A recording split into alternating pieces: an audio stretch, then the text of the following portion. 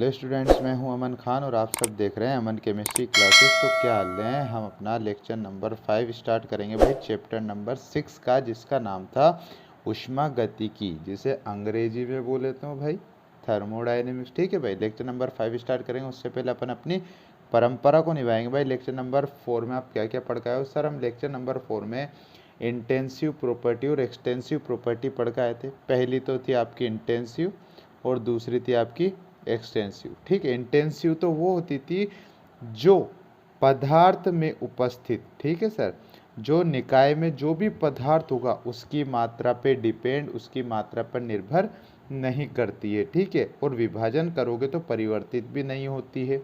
Example बताए थे मैंने आपको, गलनांक, हिमांक, क्वथनांक, घनत्व, प्रस्थानांक आदि। ठीक है, एक्सटेंसिव होती थी जो निकाय में उपस्थित पदार्थ, कुछ भी आप पदार्थ की क्वांटिटी लोगे तो उसकी वैल्यू पर निर्भर करेगी।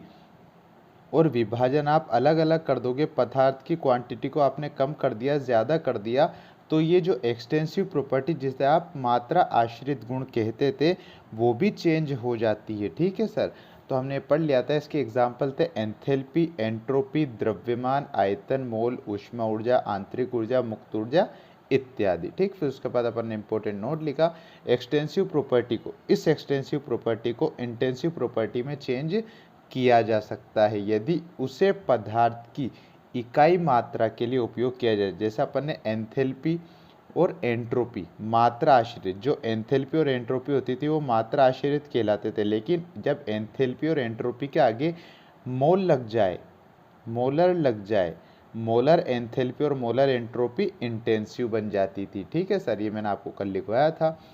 7वां पॉइंट पढ़ा था अवस्था फलन, अवस्था परिवर्तक, वे परिवर्तक जो किसी तंत्र की पूर्ण अवस्था को परिभाषित करते हो। ठीक है, ताप, दाब, सांद्रता, एंथैल्पी आदि। और पथ फलन क्या होता था? वे परिवर्तक जो किसी तंत्र की प्रारंभिक एवं अंतिम स्थिति के साथ साथ उसके रास्ते, उसके पथ पर भी निर्भर करते हो, तो पथ परिवर्तक कहलाते हैं। जैसे कार्य और ऊष्मा एग्जाम्पल अच्छी तरह से हमने दे दिया था। तो हम कल लेक्चर नंबर 4 में पढ़ के आए थे सर।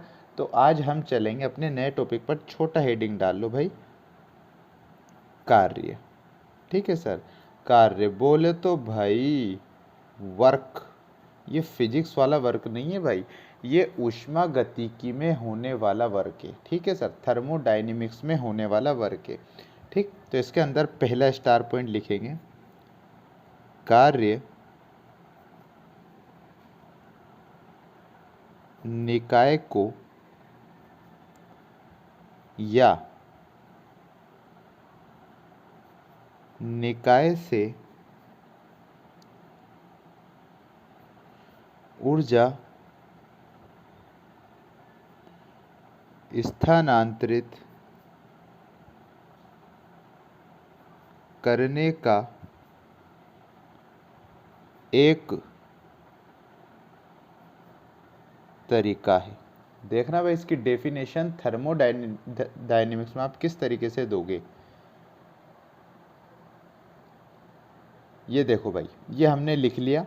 अब इसकी डेफिनेशन, जो कार्य होता है इसकी डेफिनेशन आप थर्मोडायनेमिक्स में किस तरीके से दोगे?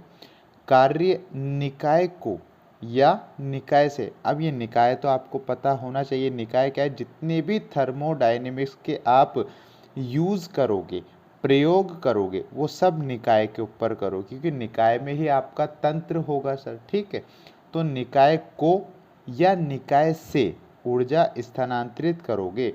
कार्य वो चीज़ है थर्मोडायनेमिक्स के अंदर कि आप या तो निकाय को ऊर्जा दोगे या आप निकाय से ऊर्जा लोगे, तो ये आपका क्या कहलाएगा? कार्य कहलाएगा सर। ठीक, सेकंड स्टार पॉइंट देखिए, यदि निकाय पर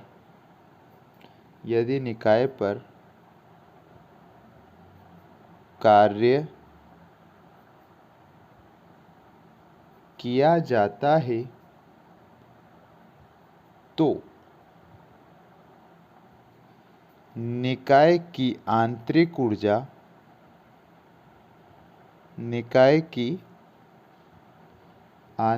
ऊर्जा बढ़ जाती है। अर्थात W वर्क कैसा हो गया सर? पॉजिटिव हमें देखने के लिए मिलता है। बड़ा अच्छा पॉइंट है भाई, सिंपल सा बेसिक नॉलेज का पॉइंट है। बिल्कुल जाहिर सी बात है, यदि निकाय पर, किसी वस्तु पर, किसी तंत्र पर आपने कुछ कार्य किया, इस वस्तु के अंदर जो निहित ऊर्जा है वो खर्च नहीं हुई, आपने इस वस्तु को, इस निकाय को अतिरिक्त ऊर्जा दे दी भाई। यदि निकाय पर कार्य किया जाता है तो निकाय की आंतरिक ऊर्जा बढ़ जाती है, मतलब निकाय में जो उपस्थित ऊर्जा है उसका मान बढ़ जाए। यहाँ पर वस्तु अपने द्वारा कुछ ऊर्जा खर्च नहीं कर रही है, इस निकाय को आपके द्वारा ऊर्जा दी जा रही है, तो इसकी ऊर्जा बढ़ जाती है। और बढ़ना, इंक्रीज किससे कहलाते हो भाई? पॉजिटिव से आप दर्शाते हो, तो वर्क का मान पॉजिटिव हो गया। इसी तरीके से दूसरा पॉइंट क्या बनेगा, यदि निकाय, यहां पर निकाय पर कर रहे थे आप, अब यहां पर क्या होगा, निकाय के द्वारा किया जाएगा, निकाय द्वारा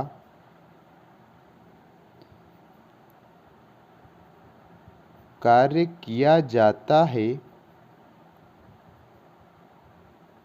तो निकाय की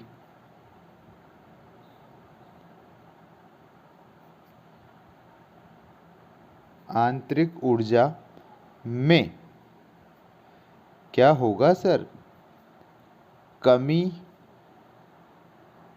आ जाती है,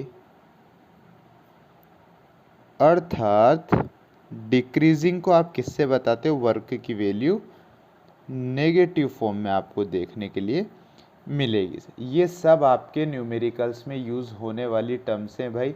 ये जितनी भी आप थ्योरी लिख रहे हो ये सब आपके न्यूमेरिकल में यूज़ होगी, इसलिए ध्यान से पढ़ते हुए चलना भाई, ठीक।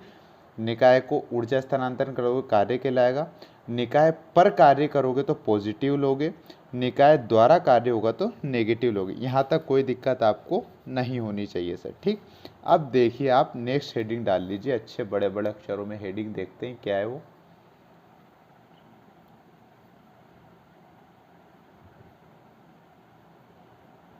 अनुत्क्रमणीय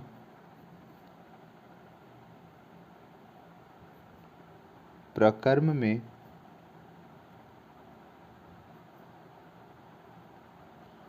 किया गया कार्य,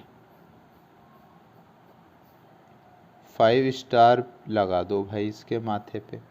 अनुत्क्रमणीय प्रकर्म में किया गया कार्य। अब इसमें जो कार्य का फॉर्मूला है, जो थर्मोडायनेमिक्स के अंदर आप कार्य का फॉर्मूला यूज करोगे वो देखेंगे। तो सबसे पहले लिखिए भाई, W बराबर P, इसके लिखना, इसके नीचे लिखा है मैंने स्मॉल e, स्मॉल x और स्मॉल t, एक्सटर्नल, ठीक है सर। फुल फॉर्म होता है एक्सटर्नल होता है, मतलब एक्सटर्नल मतलब बाह्य, ठीक है सर, मतलब बाहर से। वायर इंग्लिश मीनिंग भी सीख लिया अपन ने तो यहाँ पर केमिस्ट्री के अंदर, बहुत अच्छी बात है। एक्सटर्नल का मतलब क्या होता है, बाह्य, बाहर से, अतिरिक्त, ठीक है सर। W बराबर P external dot delta V, और ये माइनस में होता है। ये आपके पास एक फॉर्मूला आता है सर, ये डायरेक्ट फॉर्मूला आपको याद करना है, इसके पीछे कुछ रॉकेट साइंस नहीं है। अब आपको किसी के बच्चे मन में कोई सवाल आ जाए, सर ये आया कहाँ से, तो बेटा आया कहीं से भी हो, लेकिन आया केवल आपके सिलेबस में इतना, तो ध्यान कितने पे दोगे, इतने पे ही दोगे, ठीक सर। ये हो गया आपका वर्क का फॉर्मूला। अब ये तो आप जानते हो, W को आप वर्क बताते हो, V का मतलब वॉल्यूम होता है, आयतन होता है, पक्की बात है सर, है ना। डेल्टा V का मतलब आयतन हो गया, डेल्टा V का मतलब आयतन है, डेल्टा V का क्या मतलब है वो भी मैं आपको बता दूंगा। P का मतलब प्रेशर होता है सर, ये PEXT क्या है तो लिख लो भाई साइड में, चूंकि PXT बराबर नियत बाह्य दाब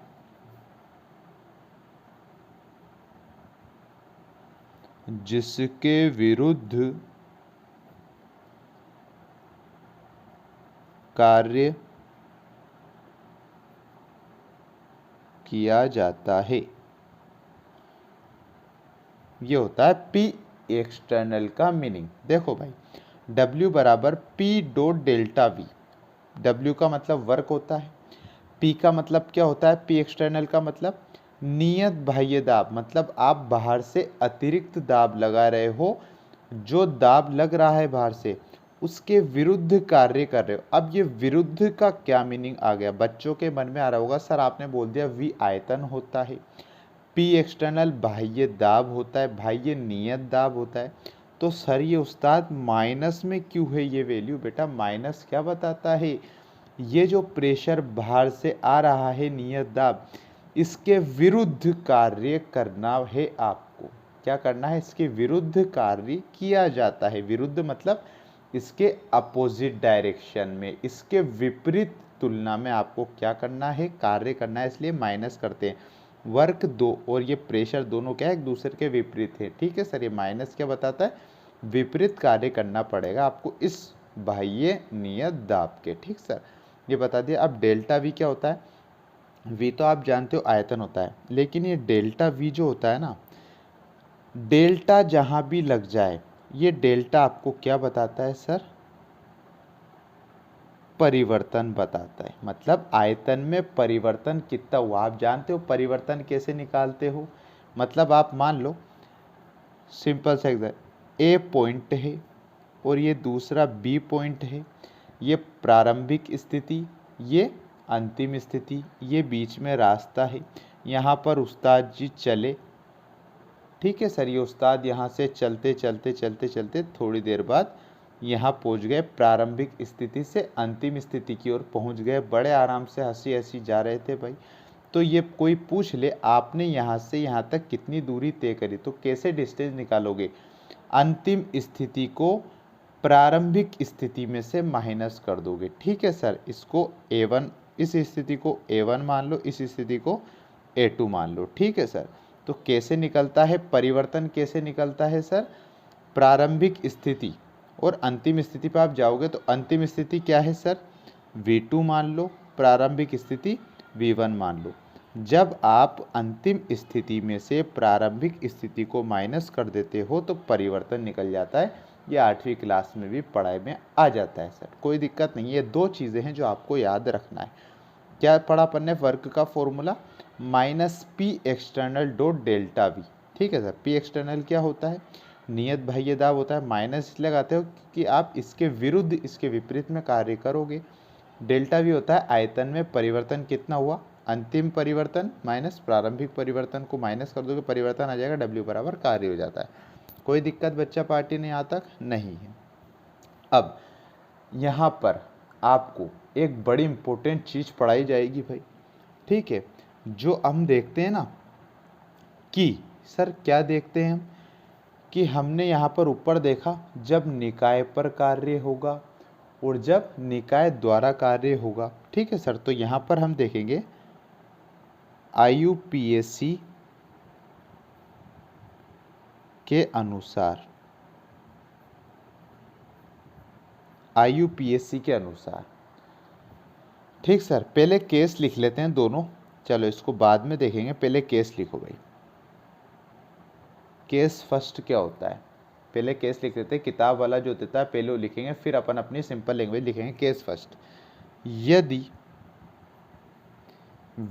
V2 is greater than V1, क्या बोला, V2 मतलब अंतिम आयतन और ये प्रारंभिक आयतन, V2 is greater than V1 arrow, तो क्या होगा, प्रसार होगा। और प्रसार देखने के लिए मिलता है तो वर्क की वैल्यू कैसी लोगे आप, नेगेटिव लोगे। ठीक सर, देखना ध्यान से, जब V2 की वैल्यू V1 से ज़्यादा होगी, मतलब क्वेश्चन के अंदर आपको देखना पड़ेगा, अगर अंतिम आयतन है और ये प्रारंभिक आयतन है, ठीक है सर, अगर अंतिम ज़्यादा है, ठीक सर, तो डेल्टा V बराबर पॉजिटिव देखने के लिए आपको मिलेगा। ठीक है, प्रसार किसका होगा, प्रसार होगा निकाय द्वारा कार्य किया जाएगा। आप जानते हो निकाय द्वारा कार्य करते हो तो W बराबर नेगेटिव आता है। केस सेकंड देखते हैं, यदि इसका विपरीत लिखें, V2 is less than V1 होगा तो डेल्टा V क्या होगा सर, नेगेटिव होगा। तो संपीड़न होगा, किस पे होगा, वो निकाय द्वारा था तो ये क्या होगा, निकाय पर। W बराबर निकाय पर कार्य करते हो तो वर्क पॉजिटिव। अब दोनों लाइनों को समझो भाई, अच्छी तरह समझना, बड़े आराम से समझाऊंगा। केस फर्स्ट केस सेकंड, यदि ये तो आपका है प्रारंभिक आयतन और ये है आपका अंतिम आयतन, पक्की बात भाई। अगर अंतिम आयतन की वैल्यू प्रारंभिक आयतन से बड़ी होगी, मतलब प्रारंभिक आयतन की वैल्यू अंतिम आयतन से छोटी, मतलब आगे वाला जो आयतन की वैल्यू क्वेश्चन में देखो, अगर उसको वैल्यू बड़ी आ रही है तो वहाँ पर क्या देखने के लिए मिल रहा है आपको, वहाँ पर उस वस्तु में उस निकाय पर प्रसार होगा। और प्रसार क्या होता है, प्रसार मतलब फैलाव होता है, फैलना। अब फैलेगी कब, जब उसके अंदर क्या होगा, ऊर्जा की मतलब एनर्जी की वैल्यू बढ़ेगी। और एनर्जी की वैल्यू कब बढ़ती है भाई, जब निकाय द्वारा कार्य होगा, एनर्जी बढ़ेगी, निकाय पर एनर्जी बढ़ गई भाई, इसका मतलब निकाय कार्य कर सकता है तो निकाय द्वारा कार्य होगा। और जब भी निकाय द्वारा कार्य किया जाता है, मैं आपको लिखवा के आता हूँ, वर्क हमेशा नेगेटिव होगा।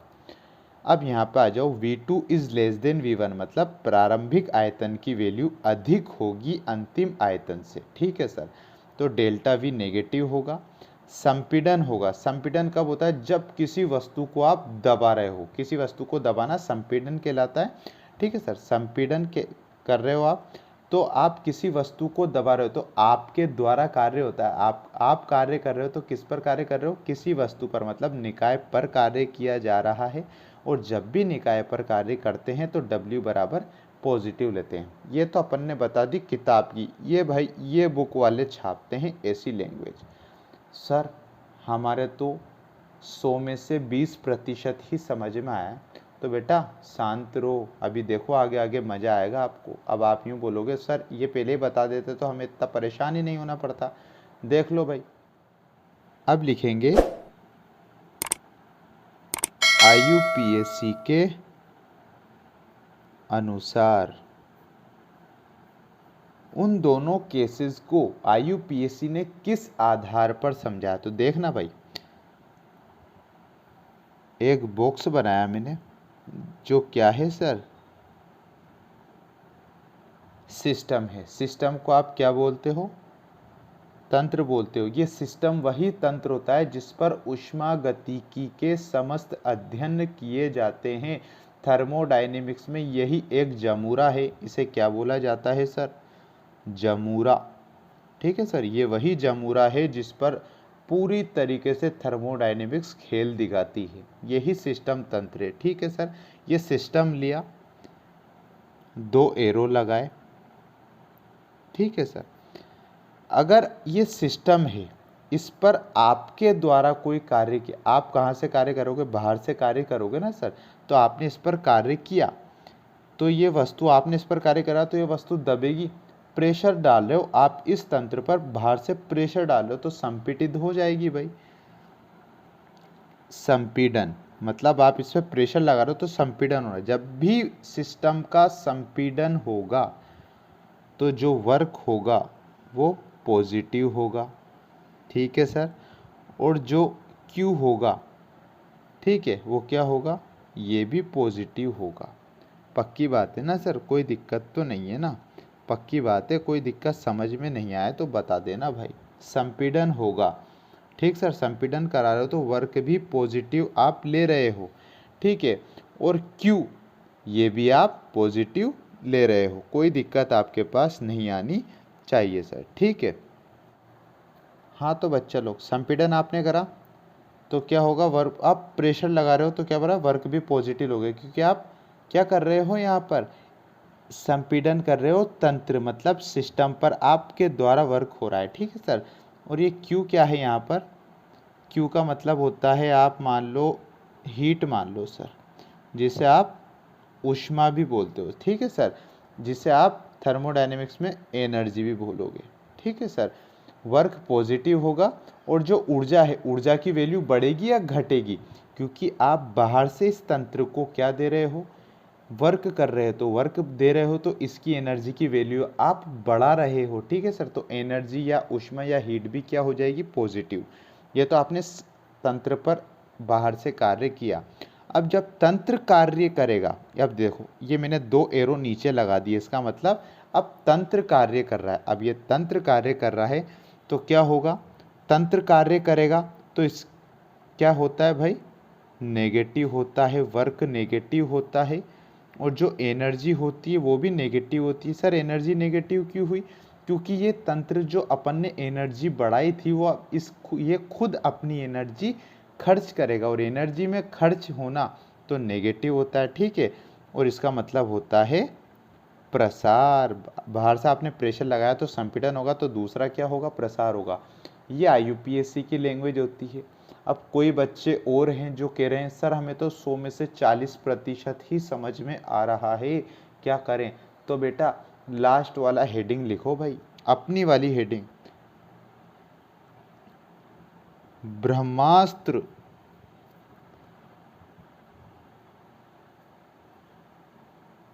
अमन केमिस्ट्री के अनुसार। देखो भाई हेडिंग बड़ी तगड़ी बनवाई है अपन ने। क्या है सर, ब्रह्मास्त्र अमन केमिस्ट्री के अनुसार इस फॉर्मूले को हमें W पॉजिटिव कब लेना है, W नेगेटिव कब लेना है, ऊर्जा नेगेटिव कब लेना है, ऊर्जा पॉजिटिव कब लेना है, तो हम क्या देखेंगे, सब बातों को भुला देंगे, हम नई बात पर कंसंट्रेट करेंगे। तो ब्रह्मास्त्र अमन केमिस्ट्री के अनुसार क्या होगा, लिखेंगे सबसे पहले निकाय, फिर बनाएंगे 2 पार्टीशन। पहला पार्टीशन जब निकाय पर कार्य होगा, दूसरा पार्टीशन निकाय द्वारा कार्य होगा। देखो सर निकाय लिया, निकाय पर आप कार्य करोगे, निकाय द्वारा कार्य। जब आप निकाय पर कार्य करोगे ना सर, निकाय पर कार्य करोगे तो W भी पॉजिटिव ले लेना भाई बिना सोचे समझे, और Q मतलब जो एनर्जी होगी वो भी पॉजिटिव आप ले लेना बिना सोचे समझे। अब जब निकाय द्वारा कार्य करोगे तो W एंड Q दोनों क्या ले लोगे सर, नेगेटिव ले लोगे बिना सोचे समझे। सिंपल सा फंडा है, ज़्यादा कुछ रॉकेट साइंस नहीं लगाना है। तो अब आप देख लो तीनों केसेस में से आपको कौन सा बेस्ट लगता है। हमें तो हमारा केमिस्ट्री वाला बेस्ट लगता है सर, तो हम तो यही लिखेंगे। जब भी क्वेश्चन आएगा, अगर क्वेश्चन में बोला जाएगा निकाय पर कार्य हो रहा है तो हम दोनों की वैल्यू प्लस ले लेंगे, अगर निकाय द्वारा कार्य हो रहा है तो दोनों की वैल्यू हम नेगेटिव ले लेंगे। बात खत्म, सिंपल सी बात थी जो हमने पढ़ ली भाई, इसमें कोई दिक्कत है ही नहीं। अब आगे नई हेडिंग आ रही है भाई, तो नई हेडिंग डाल लो फिर हल्के हाथों से। ऊष्मा, ऊष्मा है भाई, ऊष्मा को क्या बोलते हो इंग्लिश में, हीट बोलते हैं सर। और इसका सिंबल क्या होता है जो अभी मैं आपको पर बता कर चुका हूँ, स्मॉल q से आप इसको इंडिकेट करते हो सर, कोई दिक्कत नहीं है। तो पहला स्टार पॉइंट लिखेंगे अपन, इसमें लिखिए तापांतर के कारण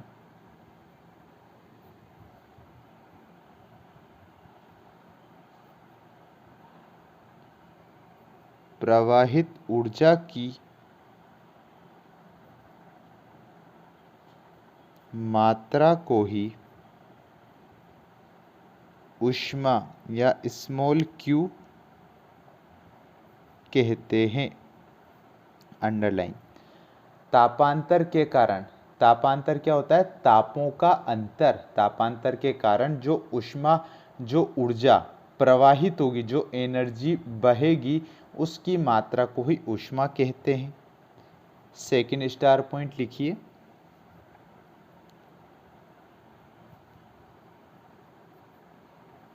ऊष्मा का प्रवाह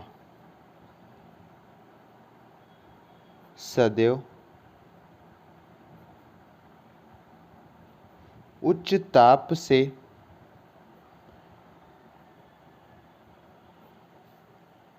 निम्न ताप की ओर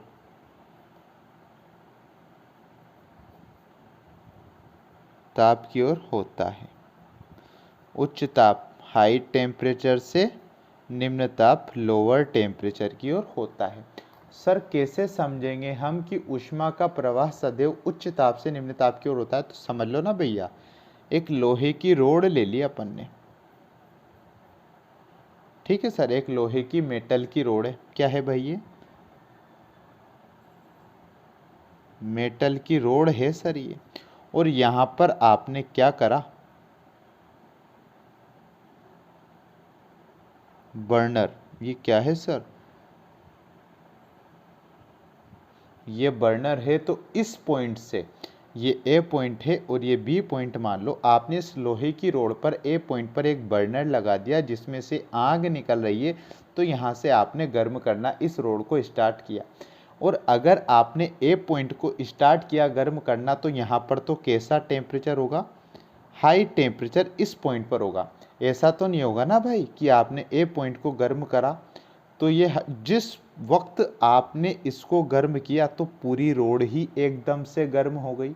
ऐसा कहीं जादू देखने के लिए मिलता है क्या भाई? मिलता हो तो हमें भी बता देना भाई, ठीक है, हम भी देख लेंगे ऐसा जादू। ठीक है, रोड को आपने ए पॉइंट पर गर्म किया तो आप देखोगे कि ये रोड पूरी एक साथ गर्म नहीं होती, ये धीरे धीरे धीरे धीरे धीरे, यहाँ हाई टेम्परेचर हो गया और यहाँ पर लोअर टेम्परेचर है, ठीक है सर। तो ये पहले धीरे धीरे धीरे धीरे बढ़ेगी, हीट की वैल्यू बढ़ती जाएगी। तो जो ऊष्मा का प्रवाह है वो ऊष्मा का प्रवाह हाई टेम्परेचर से लो टेम्परेचर की ओर होता है। यहाँ से आपको देखने को मिल जाए, जब भी आप रोड गर्म करते हो एक सिरे से, तो एक सिरे से गर्म होने के बाद ही वो ऊष्मा आगे की तरफ बढ़ती है, जिससे हाई टेम्परेचर से कहाँ जाती है ऊष्मा? लोअर टेम्परेचर की ओर जाती है और कुछ समय पश्चात पूरी रोड गर्म हो जाती है सर। इसी वजह से हम कहते हैं कि ऊष्मा का प्रवाह सदैव उच्च ताप से निम्न ताप की ओर होता है। पक्की बात है सर? बड़ी अच्छी बात है फिर तो। देखिए स्टार नंबर 3, स्टार पॉइंट 3 देखेंगे भाई, क्या है? निकाय को दी गई ऊष्मा हमेशा कैसी होती है सर? अभी ऊपर लिख के आए हैं सर, निकाय द्वारा तो नेगेटिव होगी, निकाय पर मतलब निकाय को आप दोगे ऊर्जा हमेशा कैसी होती है? Q बराबर पॉजिटिव, इसका जैसा विपरीत बना दो, निकाय से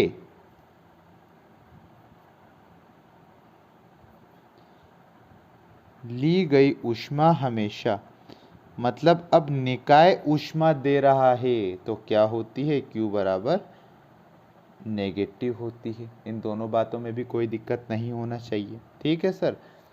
नेक्स्ट स्टार पॉइंट लिखो फिर, कोई दिक्कत नहीं है तो। ऊष्मा की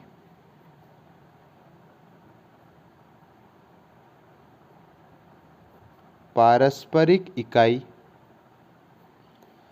क्या होती है सर? कैलोरी, तथा एसआई पद्धति में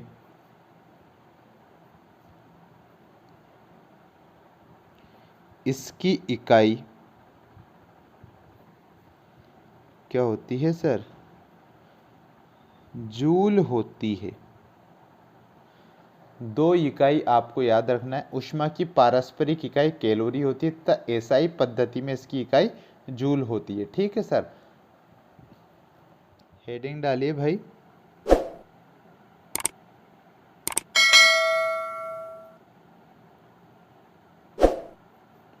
ऊष्मागतिकीय प्रक्रम, ऊष्मागतिकीय प्रक्रम हम देखेंगे तो इसके अंदर लिखिए, निकाय का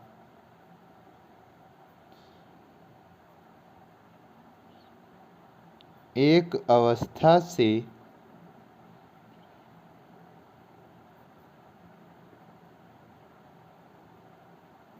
दूसरी अवस्था में परिवर्तन, एक अवस्था से दूसरी अवस्था में परिवर्तन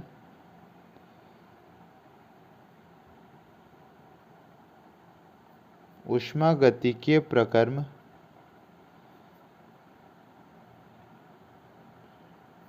कहलाता है। जो भी निकाय होगा, जो भी तंत्र होगा, उसकी एक अवस्था से दूसरी अवस्था में जितने भी परिवर्तन होंगे ऊष्मागतिकीय प्रक्रम होते हैं। लिखिए नीचे, निम्न 5 प्रकार के होते हैं। निम्न 5 प्रकार के होते हैं। ठीक है सर, ऊष्मागतिकीय प्रक्रम कितने प्रकार के होते हैं? 5 प्रकार के। पहला हेडिंग डालेंगे भाई, समतापीय प्रक्रम। समतापीय प्रक्रम। अब जो पांचों में लिखवाऊंगा आपको, उनके नाम देखकर ही आपको डेफिनेशन बनानी। एक डेफिनेशन में बनवाऊंगा, 4 आपको खुद कोशिश करना है, बड़ी आसानी से आप बना लोगे, मुझे पूरा भरोसा है भाई अपने बच्चों पर। ठीक है, पहला आता है समतापीय प्रक्रम। अब देखो, इसमें दिख रहा है सम और यहाँ दिख रहा है तापीय। इसका मतलब हो गया सम प्लस ताप। ठीक है सर, इक्वल, सम का मतलब इक्वल, ताप का मतलब टेम्परेचर। इक्वल टेम्परेचर मतलब बिल्कुल कांस्टेंट है। तो देखना इसकी डेफिनेशन किस प्रकार से बनेगी। निकाय का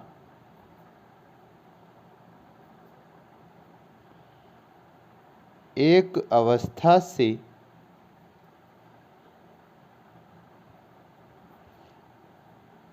दूसरी अवस्था में परिवर्तन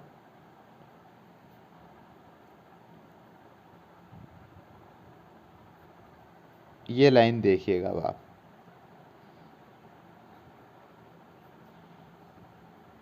स्थिर ताप पर संपन्न हो तो, स्थिर ताप पर संपन्न हो तो ऐसा प्रक्रम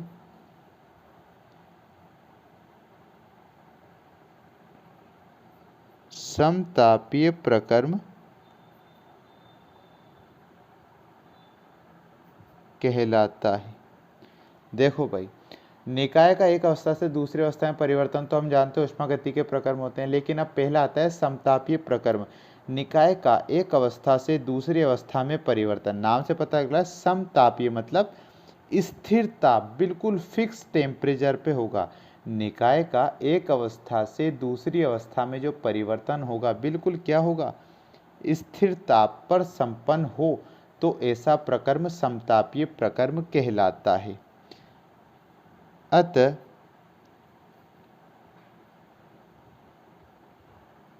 समतापीय प्रक्रम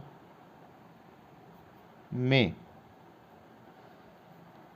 टी जो टेम्परेचर है, जो टेम्परेचर वो कैसा है? स्थिर है भाई।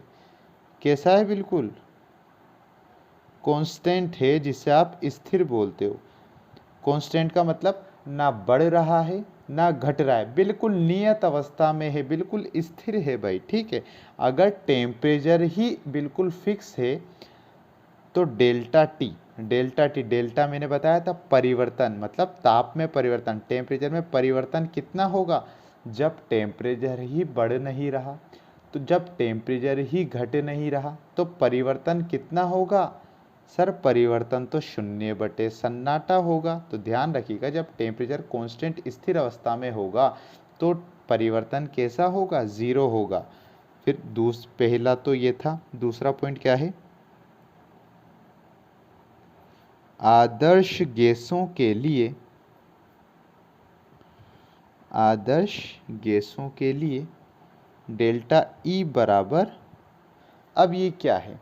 अगर टेम्परेचर ही 0 है, आप उसको टेम्परेचर ना बढ़ा रहे हो ना घटा रहे हो, आप उसको बाहर से कुछ ही नहीं दे रहे, तो एनर्जी में परिवर्तन कितना होगा? बिल्कुल सर, आप कुछ ही बाहर से टेम्परेचर ना बढ़ा रहे हो ना घटा रहे हो तो एनर्जी भी कितनी हो गई?